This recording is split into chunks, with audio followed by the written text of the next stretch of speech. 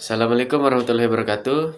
Saya Arga Firas Nugraha dari kelas 9F nomor absen 4. Akan menceritakan biografi Muhammad Arsad Al-Banjari.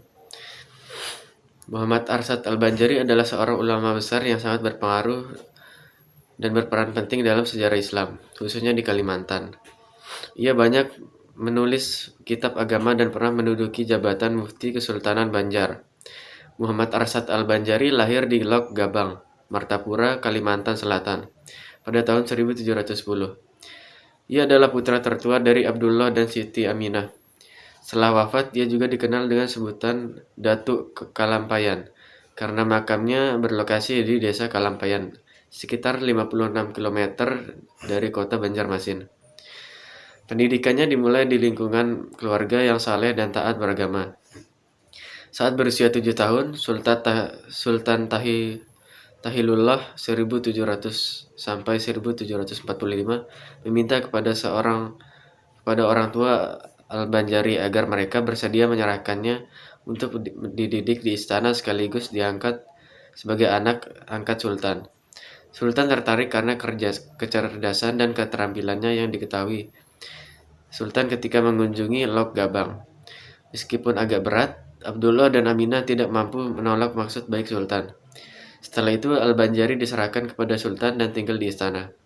Di istana tersebut, Al-Banjari menerima pendidikan dari guru-guru yang didatangkan Sultan ke sana.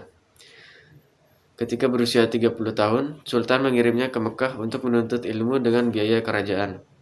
Sebelum berangkat, Sultan menuntut menikahkannya dengan seorang wanita bernama Bajut.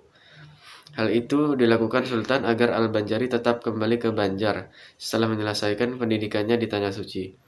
Ia kemudian belajar di Mekah selama lebih kurang 30 tahun dan memperdalam berbagai cabang ilmu pengetahuan termasuk selain ilmu agama seperti ilmu bumi, ilmu hitung, geometri, dan astronomi. Salah seorang gurunya yang terkenal adalah Syekh Attailah. Atas izin gurunya, ia diberi izin untuk mengajar dan memberi fatwa di Masjidil Haram.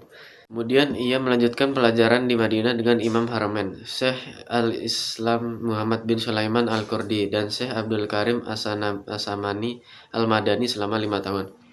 Selama belajar di Tanah Suci, Al-Banjari berteman akrab dengan Syekh Abdul Samad Al-Palimbani dari Palembang, Abdul Wahab Bugis Sandaring Daeng Bunga Wardiyah dari Makassar, dan Syekh Abdurrahman Masri dari Jakarta. Pada mulanya mereka bermaksud melanjutkan studi ke Mesir. Akan tetapi, Syekh Al-Islam Muhammad bin Sulaiman Al-Qurdi menasihatkan agar mereka kembali ke kampung halaman untuk membina umat. Imam Haramain ini menganggap ilmu mereka sudah cukup dan tidak perlu belajar lagi di Mesir.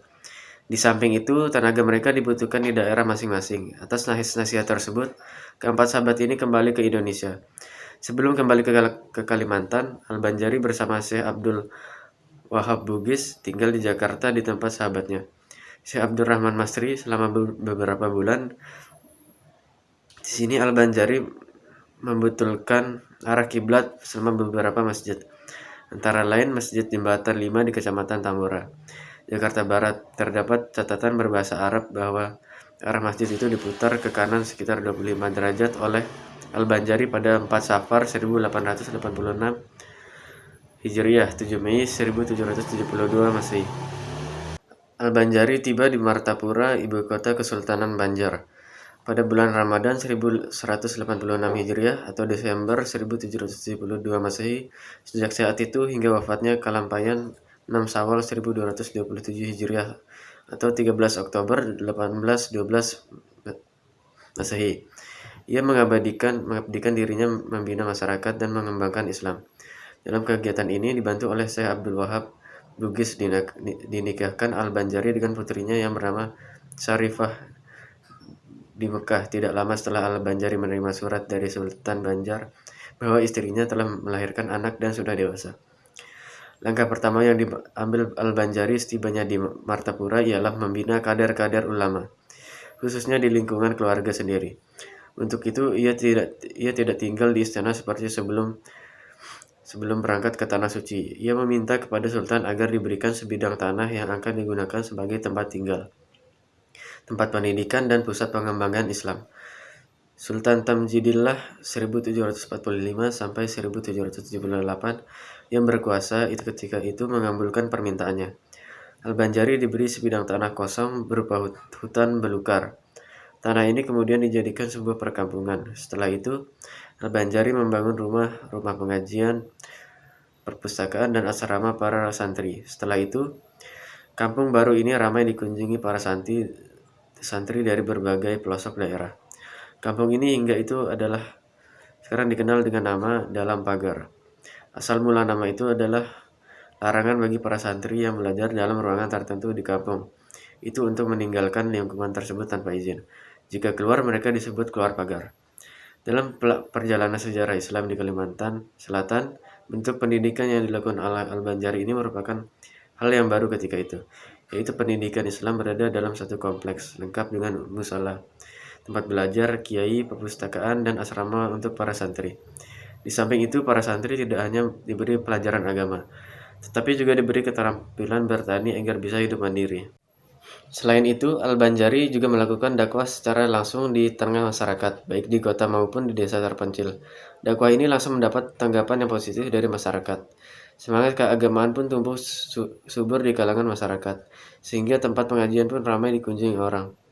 Atas anjurannya pula, Kesultanan Banjar memperlakukan hukum Islam, baik hukum perdata maupun hukum pidana. Untuk melaksanakan hukum tersebut, dibentuk mahkamah syariah di samping lembaga kekadian.